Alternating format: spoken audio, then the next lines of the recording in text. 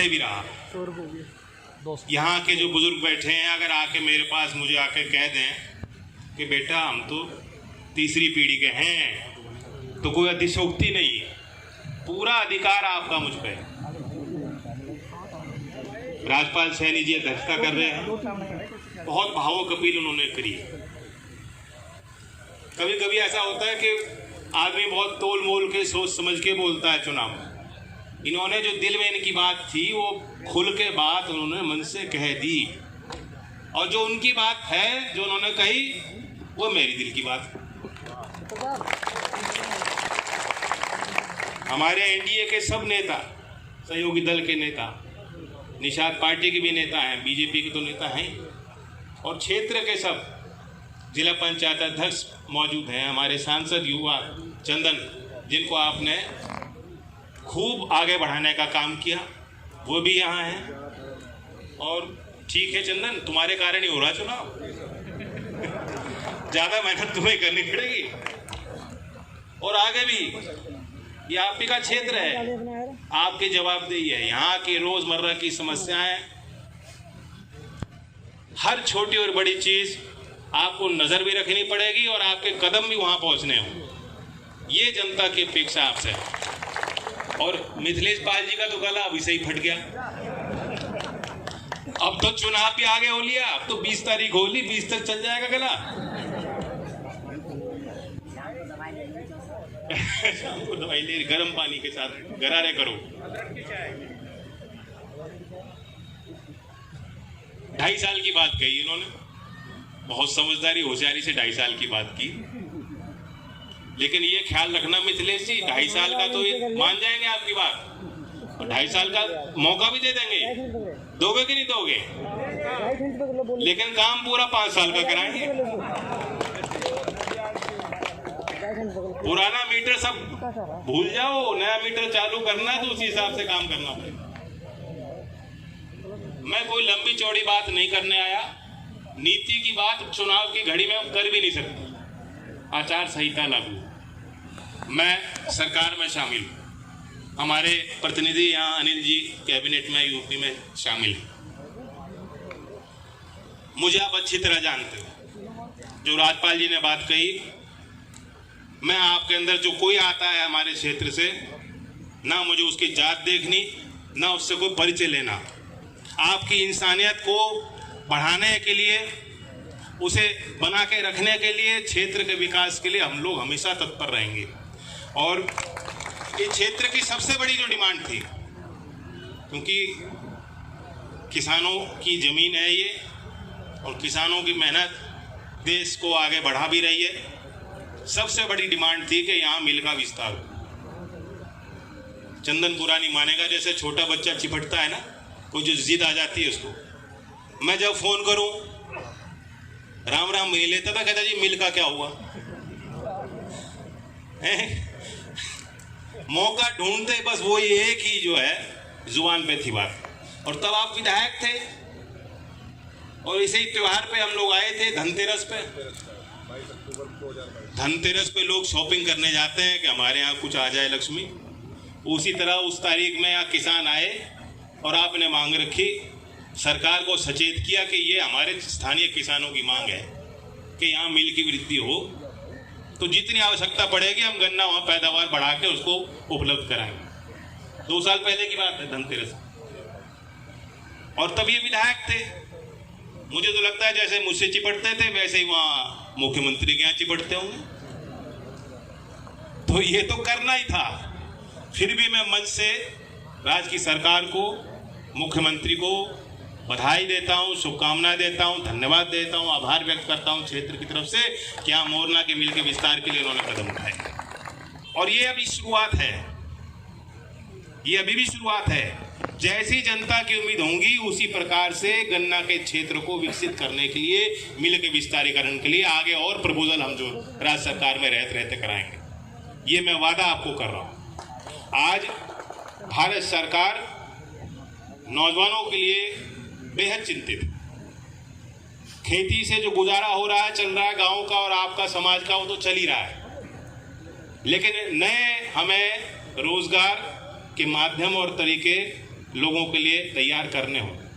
पश्चिमी उत्तर प्रदेश में बहुत संभावनाएं हैं, लेकिन सबसे पहले विकास का पैमाना होता है कि कनेक्टिविटी कितनी अच्छी है, कितनी बेहतर हो सकती है, सड़कों का जाल कैसा है, तभी कोई बाहर का व्यक्ति यहाँ पूंजी लगाएगा।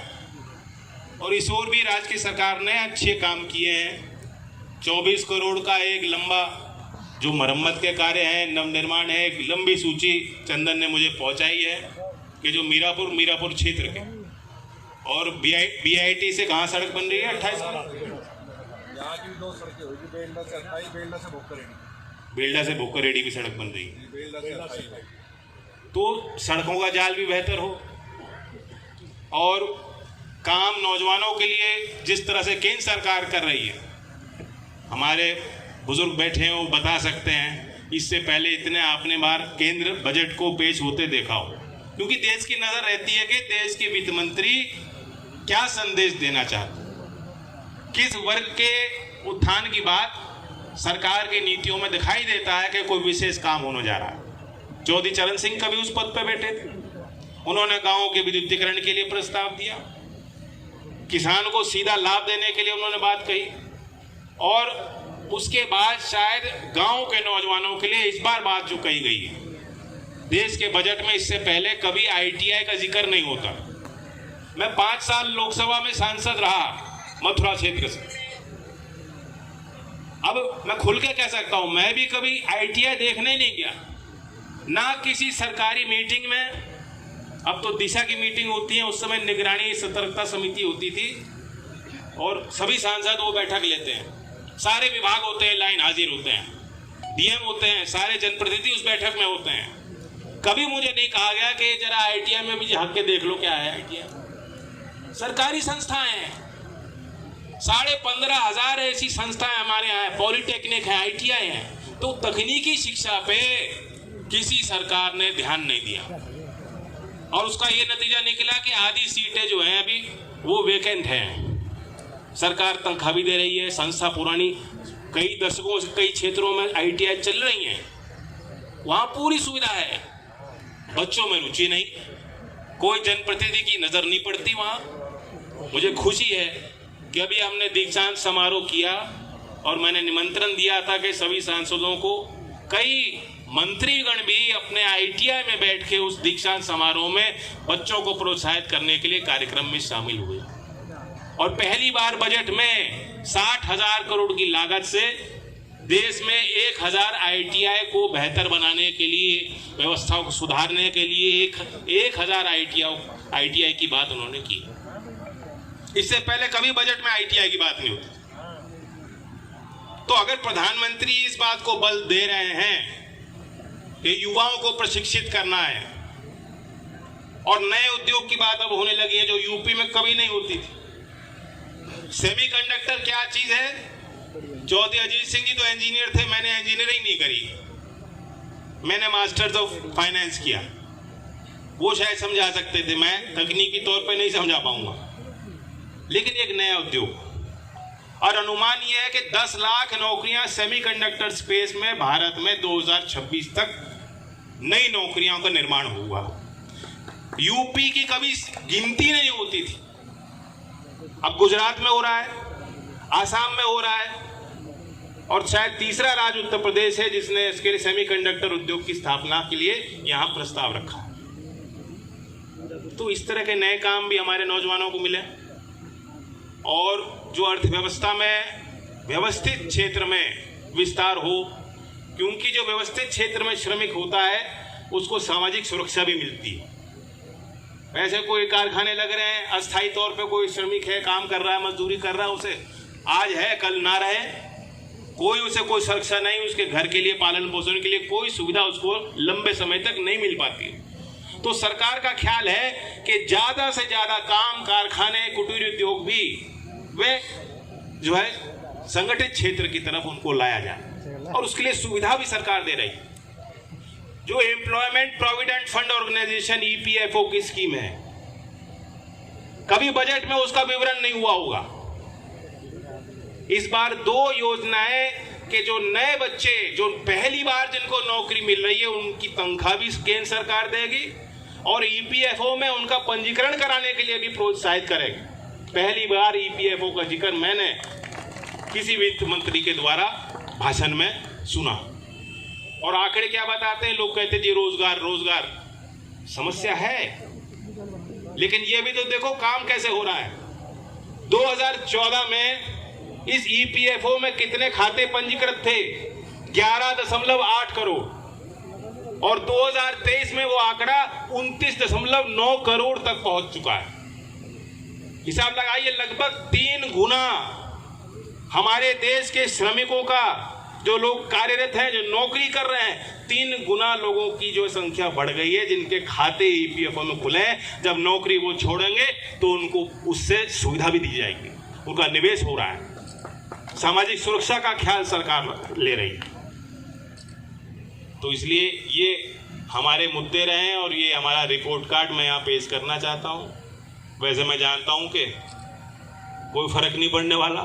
ये लोग मुझे अच्छी तरह जानते हैं, मैं क्षेत्र के मिजाज को अच्छी तरह जानता हूँ। जब हम लोग बहुत कमजोरी में थे, अब तो लोकदल के विधायक में गिना पा रहा हूँ। एक समय तो आपने ये भी देखा कि लोकदल का कोई मैं विधायक भी नहीं गिना पा रहा था आपके आगे। वो अभी तो समय है, तो समय का इस काल का चक्र चला है, लेकिन सारे उतार चढ़ाव में इस क्षेत्र का बड़ा योगदान रहा। आपने हमेशा मेरी पीठ को थपथपाया, सर पे मेरा हाथ रख के आशीर्वाद दिया कि और तेजी से मेहनत करो, और हिदायत करते हैं, आज भी सुझाव देते हैं। मुझे आज भी एक पर्ची में एक किसान ने सुझाव दिया है कि कैसे कैसे गन्ने की खेती कर रहे किसानों का नुकसान हो रहा है और नीति में क्या परिवर्तन होना चाहिए।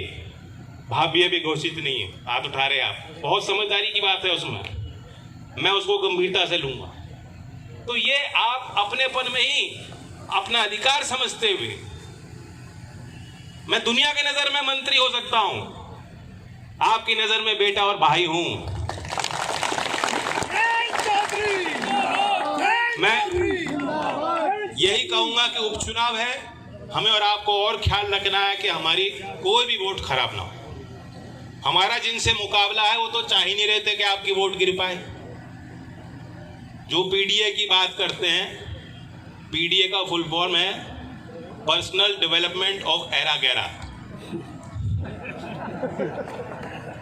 अब गैरों के क्या करोगे? जो गैल है उनका ख्याल रखो। कौन गैल रहा? मिथिलेश पाल आपके रही। अब चौथी बार किसके सिंबल पे लड़ रहे हैं चुनाव? लोकदल, राष्ट्रीय लोकदल के हैंडपंप के चुनाव चिन्ह पे चौथी बार मैदान में आई है। इन्हें मायूस मत करना। ये उम्मीदवार मेरी नहीं है, ये उम्मीदवार मेरी नहीं है, जैत की नहीं है, ये उम्मीदवार चौधरी अजीत सिंह जी की बनाई हुई हैं। चौधरी अजीत सिंह जी ने खड़ा किया था इनको आपके बीच, और उन्हीं की छत्र छाया में बार बार इन्होंने मौका मिला, चुनाव हारी, तब भी उन्होंने मेहनत करी। 2.5 साल में आपने जिता दिया, अब 2.5 साल का जो अगली किस्त आपसे मांग रहे हैं। तो मैं यही कहने आया हूं, अब तो मेला भी हमारा स्नान का आगे हो गया। और जो पीडीए की बात कर रहे थे, जो कह रहे थे संविधान खतरे में है, लोकतंत्र खतरे में है, वो नहीं चाह रहे थे कि यहाँ गांव देहात के लोगों की वोट पड़ जाए। उन्हें अच्छी तरह भली भांति मालूम है कि गंगा स्नान में कौन लोग जाते हैं, गांव के लोग, साधारण लोग। पहले तो बहुत बड़ी प्रथा थी, बैल वैल सजा के पूरी लेके चलते थे। हमारा तो यही पर्यटन भी है, यही आस्था भी है, यही धर्म है, यही परंपरा लंबी रही। तो क्यों उन्होंने विरोध किया इस बात का?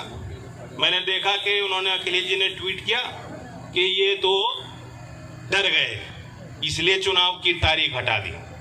वो ये भी कह सकते थे कि अच्छा निर्णय लिया। एक तरफ आप कह रहे हो संविधान खतरे में है, और दूसरी तरफ जो संवैधानिक संस्था है चुनाव आयोग, रोज उसको कटघरे में आप खड़ा करते हो। चुनाव में भी हारा था, चौधरी अजीत सिंह भी चुनाव हारे थे। एक बार उन्होंने जो है पोलिंग, जब काउंटिंग हो रही थी, काउंटिंग के बाद निकल के उन्होंने ये नहीं कहा कि रिकाउंटिंग कराओ या ये कराओ या चुनाव आयोग ने क्या कर दिया, कभी नहीं कहा उन्होंने। बताओ, आप सब लोग गवाह हो, नहीं कहा उन्होंने, स्वीकारा निर्णय ठीक है। और दूसरी तरफ वह लोग हैं जो बार बार हार भी रहे और हार मानने को तैयार नहीं। जो गंगा स्नान में लोग जाना चाह रहे हैं, उस परंपरा का भी सम्मान नहीं करते, उस परंपरा को भी कभी आदर नहीं करते, अनादर कर रहे हैं वो लोग जो कह रहे हैं कि क्यों तारीख टल गई। तारीख इसलिए टल गई कि मीरापुर के गांव की वोट वहां पड़ जाए बक्से में, ईवीएम में। जो ईवीएम में आप जिस ईवीएम को गाली देते हो और उस ईवीएम के लिए वोट मांगते हो, आप नहीं चाहते थे कि गांव देहात के लोग उनकी वोट वहां पड़ जाए। आप चाह रहे थे वो स्नान में व्यस्त रहें और यहां से हम चुनाव पे कब्जा कर लें। तो चंद लोगों के कब्जे को तोड़ के एक गरीब किसान के घर की बेटी, चौधरी चरण सिंह की पार्टी के और चौधरी अजीत सिंह जी की व्यक्तिगत तौर से नुमाइंदा मिथिलेश पाल आपकी उम्मीदवार हैं। इन्हें भारी वोटों से इन्होंने जब जीती थी, वो भी बाय इलेक्शन था, इनकी किस्मत है बाय इलेक्शन के एक्सपर्ट, लेकिन तब वोट मिली थी, कितनी मिली थी? जीत गई थी। फिर अब तो दुगनी करनी पड़ेगी। अब मैं ये नहीं बता रहा कितनी मिली थी, हिसाब आप लगा लेना। मैं ये चाह रहा हूं दुगनी मिलनी चाहिए, दुगनी की बात कर रहा हूं, दुगनी दे दोगे। धन्यवाद।